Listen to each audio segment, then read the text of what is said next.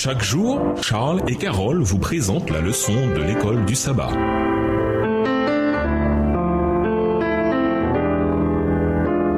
Bienvenue dans votre émission. Dieu nous parle. Nous voilà à la leçon du dimanche. Notre Dieu souverain. Dieu est souverain, déclare le pasteur de jeunesse à son groupe de collégiens. Cela veut dire qu'il contrôle tout ce qui arrive. Un des jeunes surpris répondit: alors Dieu était au contrôle quand mon chien est mort? Pourquoi Dieu a-t-il tué mon chien? Le pasteur répondit: c'est une question difficile, mais parfois Dieu nous laisse traverser des moments difficiles pour nous préparer à des choses encore plus difficiles de l'avenir. Je me souviens combien cela a été difficile quand mon chien est mort, mais cela m'a aidé à gérer une épreuve plus difficile encore, quand plus tard ma grand-mère est morte. Tu vois la logique? Après un long moment, le collégien répondit: donc Dieu a tué mon chien pour me préparer pour quand il tuera ma grand-mère? Citation de Mark Cortez citée dans le livre de John C. Peckham intitulé Divine Attributes Knowing the Covenantal God of Scripture, donc les attributs divins, connaître le Dieu de l'Alliance des Écritures, à la page 141. Parfois, les gens partent du principe que tout arrive comme Dieu le veut. Tout ce qui arrive dans le monde serait conforme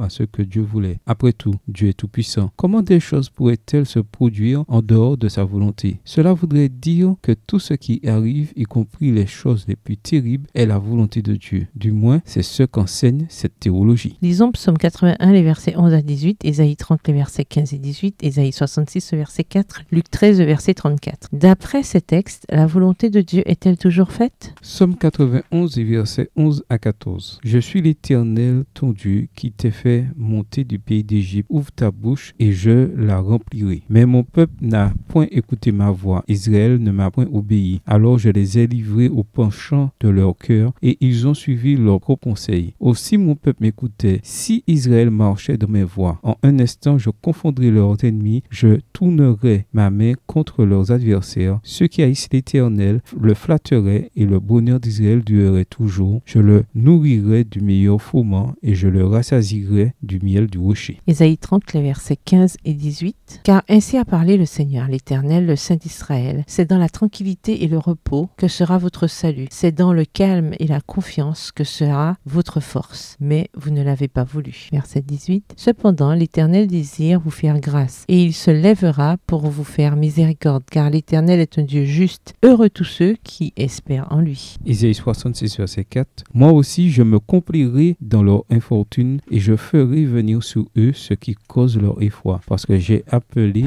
et qu'ils n'ont point répondu, parce que j'ai parlé et qu'ils n'ont point écouté. Mais ils ont fait ce qui est mal à mes yeux, et ils ont choisi ce qui me déplaît. Luc 13, verset 34. Jérusalem, Jérusalem, qui tue les prophètes et qui lapide ceux qui te sont envoyés. Combien de fois ai-je voulu rassembler tes enfants comme une poule rassemble sa couvée sous ses ailes, et vous ne l'avez pas voulu. Tandis que beaucoup de gens croient que Dieu obtient toujours ce qu'il veut, la Bible raconte une histoire tout à fait différente. L'Écriture dépeint à maintes et maintes reprises la frustration de Dieu qui voit ses souhaits non réalisés. Ce qui arrive va souvent à l'encontre de ce que Dieu voudrait. Dans de nombreux cas, Dieu déclare explicitement que ce qui arrive est même à l'opposé de ce qu'il veut. Il souhaitait une issue pour son peuple, mais ce dernier en a choisi une autre. Dieu en personne se lamente. Mon peuple ne m'a pas écouté. Oh, si mon peuple m'écoutait, si Israël suivait mes voies, en un instant, j'humilierais leurs ennemis. Psaume 91, les versets 11, 13 et 14. Réfléchissez aux implications de toute théologie qui attribue tout ce qui arrive à la volonté expresse de Dieu. Quel genre de problème sérieux cette théologie